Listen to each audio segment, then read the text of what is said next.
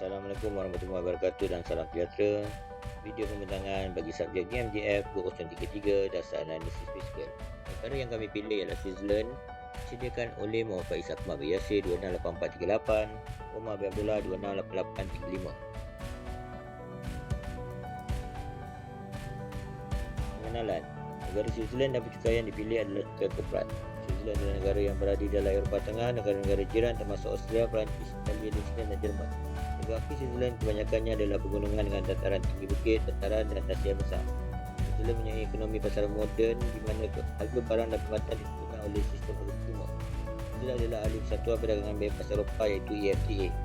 Switzerland terkenal dengan status ekonominya dan saat ini merupakan salah satu negara terkaya di dunia dari segi gaji per kapita. Sumber utama pendapatan Switzerland adalah dari perkhidmatan 71%, industri 27%, seperti pembuatan mesin, pengeluaran farmasi dan pembuatan jam tangan. Oleh kerana kekayaannya, Switzerland mampu menawarkan taraf hidup penduduknya tinggi dan mempunyai infrastruktur yang sangat baik, seperti pembuatan awam yang boleh dipercayai, tempat dan pembuatan yang awam yang dijaga dengan baik dan sekolah yang sangat baik. Zurich dan Geneva secara berkala dianggap sebagai antara bandar terbaik di dunia tempat tinggal. Dasar fiskal secara umum didefinisikan sebagai dasar untuk menggunakan hasil kerajaan dan belanjaan kerajaan untuk mempengaruhi pasaran ekonomi. Dasar cukai adalah subset dari dasar fiskal yang memeriksa sisi pendapatan dari dasar fiskal iaitu pengumpulan hasil oleh negara. Dasar cukai menyentuh sejumlah disiplin ilmu termasuk ekonomi, sains tingkah laku, sains politik, perakaunan, kewangan dan undang-undang.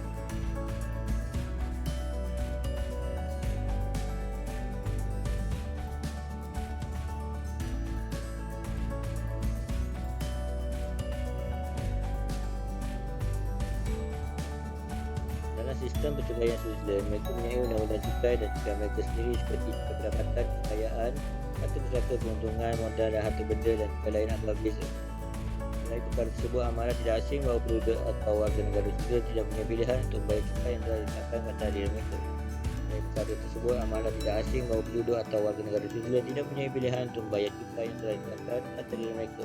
Lebih-lebih lagi, kerajaan juga menggunakan cukai pendapatan walaupun banyaknya penerimaan sebagian besarnya berasal dari sumber-sumber lain, terutama dari cukai nilai tambah, duty stamp, duty custom dan cukai penggunaan khas. Selama tempoh Helvetic 1318 hingga 1803, Switzerland memulainya hanya sistem cukai seragam. Walau bagaimanapun, sebagiannya hanya wujud di atas kertas dan tidak pernah digunakan dan dilaksanakan sepenuhnya.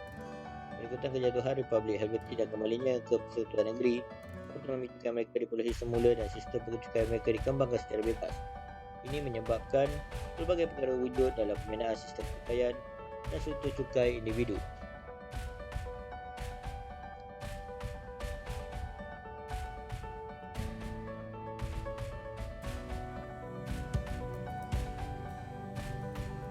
Definisi cukai. Cukai tidak membawa definisi yang diterima secara universal dan tidak mungkin untuk diterima secara menyeluruh. Terdapat beberapa pengenalan umum berkenaan dengan cukai. Perlu diperhatikan bahawa kebanyakan bidang kuasa tidak menentukan cukai dan bahawa cukai harus dianggap sebagai sesuatu yang berbeza daripada pungutan, iaitu perkara yang sama mungkin dikedekan oleh pemerintah. Bila cukai adalah menurut Organisasi Kerjasama Ekonomi dan Pembangunan OECD, pembayaran wajib kepada kerajaan. Cukai dikenakan atas seseorang, entiti, aset dan lain-lain. Cukai boleh dikenakan dalam bentuk cukai pendapatan, cukai hadiah, cukai harta tanah, cukai sah, cukai warisan, cukai nilai tambah, cukai jualan, cukai keuntungan modal, cukai harta tanah dan berbagai lagi jenis cukai. Cukai juga ditarikan sebagai transaksi dan lain-lain. Sekarang pada kadar tetap kebijakannya sebanding dengan jumlah di mana sumbangan dikenakan. Minimum wajib adalah umum bagi kedua-dua definisi tersebut. Cukai adalah wajib, mereka dipaksakan di bawah kewibawaan badan perundangan. Mereka tidak ditugaskan oleh badan publik dan mereka ditugaskan untuk tujuan umum. Dalam arti kata lain, cukai adalah penggunaan wang wajib atau kadangkala barang dan perkhidmatan dari individu, institusi atau kumpulan swasta kepada pemerintah. Ini mungkin dikenakan atas kekayaan, pendapatan atau dalam bentuk kenaikan harga. Penggunaan cukai berdasarkan beberapa andaian, khususnya mobiliti model-model ekonomi klasik menunjukkan bahawa kadar cukai modal yang optimum untuk ekonomi terbuka kecil adalah sifar. Oleh itu, mempersoalkan kegunaan cukai korporat adalah langkah yang wajar. Terdapat kebaikan dan keberkahan yang mendasari wujudkan percukaian korporat sebab pertamanya untuk memenuhi cukai pendapatan korporat dikaitkan dengan prinsip faedah. Serta prinsip faedah untuk cukai perdagangan menawarkan menyelesaikan masalah yang berdiperkatkan supaya bayaran digunakan untuk beraya dan bayaran lesen perniagaan untuk bermata peraturan yang digunakan hari ini. Cukai korporat adalah cukai ke atas keuntungan syarikat. Cukai tersebut dibayar atas penghasilan cukai syarikat yang meliputi pendapatan dikurangi kos barang yang dijual, perbelanjaan umum dan pentadbiran, penjualan dan pemasaran, pendidikan dan pengembangan, penyusutan dan penanggung kos operasi lain. Dan cukai korporat berbeza-beza mengikut negara dengan beberapa negara dianggap sebagai cukai kerana kadarnya rendah. Seperti New Zealand, cukai korporat dapat diturunkan dengan berbagai pemotongan subsidi kerajaan dan jelas cukai. Oleh itu, kadar cukai korporat yang besar, kadar yang sebenarnya dibayar oleh syarikat, biasanya lebih rendah daripada kadar berkanun, iaitu kadar yang dinyatakan sebelum sebarang pemotongan. Bayar cukai korporat boleh lebih bermanfaat bagi pemilik perdagangan daripada membayar cukai pendapatan individu tambahan. Ulangan cukai korporat memotong insurans perubatan untuk keluarga, serta tak tambahan, termasuk rancangan bersaraan dan amanah tertunggu cukai. Klasifikasi cukai. Terdapat beberapa unsur yang meningkatkan berkaitan dengan cukai dan ianya berkaitan dengan ekonomi global dan masyarakat global. Cukai secara sengaja dibatasi oleh batas-batas bidang kuasa negara, tetapi pengaruh global sedang mempengaruhi secara langsung negara-negara yang memberikan tekanan global untuk mematuhi hubungan dengan pelbagai aspek percukaian. Sistem cukai terikat dengan dasar fiskal dan makroekonomi negara dan struktur undang-undang di mana mereka ditempat. Dasar cukai didorong oleh lebih daripada nilai idealis dan prinsip yang baik kerana sensitif terhadap kekuatan politik, ideologi, kumpulan lobi dan organisasi antarabangsa. Daripada wilayah lain yang terdapat di New Zealand, cukai korporat mengikut jadual cukai progresif menurut kadar pulangan modal. Oleh sebab percukaian, kadar pulangan ini diukur dengan keuntungan efektif syarikat dibagikan dengan jumlah modal dan reserve mengikut ekor syarikat. Seperti disebutkan peringkat persekutuan mengenakan cukai berkadar ke atas keuntungan korporat sejak Undang-Undang Pembayaran Cukai tahun 1968. Dan pendapatan korporat New Zealand ada dikirakan sebagai pendapatan korporat klasik cukai seperti yang digunakan di Amerika Syarikat. Oleh itu, keuntungan dikenakan peringkat korporat dan lagi pada peringkat pemegang saham sebagai pendapatan dividen. Walaupun tahun sebelumnya membawa penurunan besar dan kadar cukai korporat di peringkat tahun 2020 hingga 2021 jauh lebih rendah. Rata kadar cukai korporat oleh New Zealand pada masa ini sekitar 14.9 mengikuti 15.1 pada tahun sebelumnya. KPMG mula-mula mengesahkan kadar ini pada tahun 2007. Kadar cukai korporat biasa syarikat yang berkedudukan di New Zealand adalah lebih dari 20%.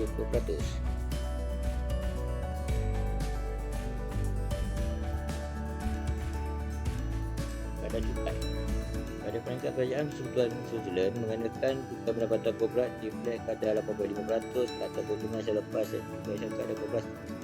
Untuk persatuan yayasan dan ketentuan undang-undang lain juga mana pelaburan kadar cukai dikenakan 4.25%. Peringkat persekutuan yang cukai total dikenakan. Orang dikenakan cukai termasuk sisi undang-undang penasihat New Zealand, iaitu syarikat Swiss, syarikat dengan tanggungan terhad dan syarikat negara rakyat fungsi yayasan dan pelaburan tanpa had, keamanan dan pemilikan langsung had alih. Syarikat mempunyai pejabat atau tempat berdaftar di perusahaan berkesan sudah dianggap sebagai pemasartif. Pendapatan yang boleh dikenakan cukai syarikat pemasartif dikenakan cukai pendapatan korporat di seluruh dunia, kecuali pendapatan yang berpunca daripada pertubuhan tetap asing atau antara asing atau tak alih. Pendapatan tersebut dikecualikan dari asas cukai New Zealand naik dan hanya diambil kira untuk tujuan kenaikan kadar di wilayah yang masih menggunakan kadar cukai progresif. Syarikat pemasartif dikenakan cukai pendapatan hanya ditulis, iaitu pendapatan dan keuntungan modal yang diperolehi daripada perdagangan New Zealand, pertubuhan tetap atau harta tak alih, sedangkan pendapatan dari harta tak alih termasuk pendapatan dari perdagangan di harta tak alih. Kadar cukai efektif adalah cukai yang dibayar dibagi kepada untuk keuntungan. Kadar cukai yang efektif merangkumi beberapa faedah dan subsidi cukai. Sedangkan cukai yang dibayar berdolar keuntungan. Ini dapat menjadikan negara dengan kadar undang-undang yang tinggi tetapi asas yang sempit lebih sebanding dengan negara yang mempunyai cukai rendah dan asas yang luas. Graf kadar cukai korporat di New Zealand daripada tahun 2003 hingga 2021 adalah 14.93%.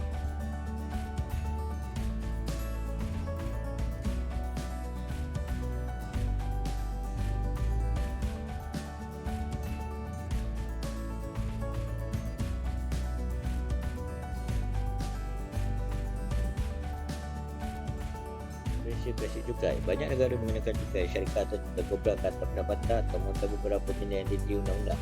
Cukai syukur mungkin dikenakan di peringkat negeri atau lebih rendah. Data tersebut juga dapat disebut sebagai rahasia atau modal. Entiti yang dianggap sebagai perkongsian secara amnya tidak dikenakan cukai di peringkat secara amnya dikenakan kata pendapatan cukai bersih. Pendapatan cukai bersih untuk korporat secara amnya adalah pendapatan hubungan keuangan dengan perluasan dan dapat ditentukan dengan terperinci dalam sistem. Kadar cukai berbeza mengikut bidang kuasa. Cukai tersebut mungkin mempunyai asas seperti aset, gaji dan pendapatan dikira dengan cara alternatif. Beberapa sistem menyediakan mekanisme di mana kumpulan syarikat berkaitan dengan memberi keuntungan dari kerugian, kredit atau item lain dari semua anggota dalam kumpulan tersebut. Sebenarnya masyarakat telah memberi tekanan lebih kepada negara-negara yang cukai rendah. Dan kadar cukai minimum yang dicadangkan sebanyak 21% jauh lebih tinggi dari kadar cukai korporat biasa. New Zealand sekarang itu 14.9%. Inilah beberapa penemuan yang digunakan dalam laporan KPMG Cukai New Zealand 2021 yang membandingkan kadar cukai korporat dan pendapatan dari 120 negara dan 26 wilayah di New Zealand. Prinsip cukai korporat di New Zealand menyasarkan yang tidak berkaitan dengan perdagangan penggunaan barang dan perkhidmatan domestik. Ini dikenakan pada semua tahap produksi, perdagangan dan sektor perkhidmatan, pada pemenuhan perkhidmatan dari syarikat yang bermaksudatan di luar negara dan juga barang. Kesimpulan, dan cukai korporat mula stabil dan cukai tidak langsung turun meningkat. Terdapat keadaan baru yang berlaku berkenaan dengan perkara ini. Ini adalah salah satu permasalahan dan ketidakpastian meningkat menempatkan syarikat global di bawah mikroskop dan meningkatkan tekanan untuk mengatur peraturan tambahan dan persyaratan kepatuhan. Keputusan nomor cukai telah menyumbang kepada perubahan dalam landscape global. Syarikat membayar bahagian wajar mereka sekarang adalah salah satu bidang yang paling terkenal diikuti oleh pemerintah, syarikat umum, pelabur dan media. Sedang untuk menyatakan jumlah sumbangan dan application Google untuk mengatasi permintaan yang semakin meninggi. Landscape cukai global juga berubah dan menanda akan diteruskan untuk masa depan. Dari turun, pihak bawah cukai di sebagai negara maju menghadapi tekanan untuk meningkatkan pendapatan dan aset mereka dengan sumber yang lebih sedikit. Ini telah menyebabkan pihak berkuasa cukai lakukan lebih banyak audit dan penyiasatan cukai yang menghasilkan penyelesaian yang lebih besar dengan lebih banyak potensi hukuman dan bunga. Bahagian B, pertumbuhan ekonomi selalu menjadi topik perbincangan hangat mengenai politik dan ekonomi. Sebenarnya, prestasi ekonomi selain faktor-faktor lain merupakan nilai utama keputusan ahli politik sebuah negara dalam negara. Secara sederhana, pertumbuhan ekonomi adalah peningkatan jangka masa panjang dan potensi berarti ekonomi.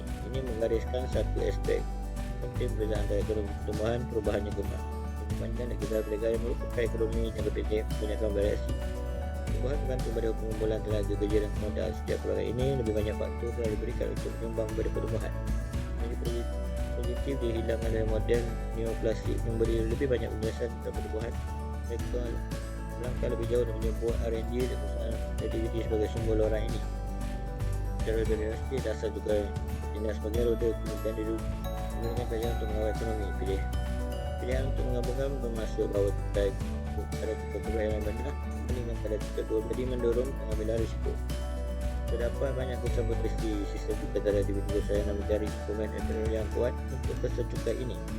Iaitu langkah beliau kesan cukai mengenai KDNK menjadikan kaedah yang sesuai untuk memantau perkembangan ekonomi. Pada cukai korporat harusnya korelasi negatif dengan KDNK. Maksudnya kesan menganda cukai korporat terhadap KDNK negatif oleh kerana pengurangan dan pendapatan ia akan mengurangkan keuntungan syarikat dan itu dianggap sebagai tambahan. Kadar yang menyebabkan kerugian yang utama bergerak ke ekonomi yang lebih rendah. Kadar berkanon mengenai dikenakan atau pendapatan itu biasanya berlaku sebagai pengembangan dihasilkan sebagai keuntungan negara. Kadar elektif adalah cukai sebenar yang dibayar oleh syarikat dirasakan sebagai tes peratusan sebenar atau keuntungan ekonomi korporat. Terdapat berbagai kaedah untuk mengira kadar cukai berkesan, tapi ciri yang mendasari adalah bahawa ia menggabungkan semua bahan cukai resmi, cukai pengimbang dan cukai asas cukai syarikat. Selalunya cenderung lebih rendah daripada kadar undang-undang kerana banyak tindakan berlakuan dalam undang-undang dalam kod cukai ini dieksploitasi oleh syarikat. Sebaliknya, cukai pengurangan pendapatan oleh pengguna individu dan keuntungan perniagaan oleh itu memberi kesan negatif terhadap keputusan mengenai kerja penggunaan dan pelaburan. Secara umumnya, cukai mempunyai kesan tersendiri. Sebagai contoh, cukai yang menggunakan pengeluaran barang sering menyebabkan pengeluaran dan banyak syarikat menaikkan harga barang. Jika beban cukai pengguna apabila harga naik, permintaan kurang. Jadi perniagaan mengurangi lebih sedikit pendapatan dan pengguna menghormati pengguna yang lebih sikit. perceraian juga boleh menjadi pesan penting pada penggunaan dan ekonomi. Keperluan Islam mungkin akan digunakan bagi saja yang menjalani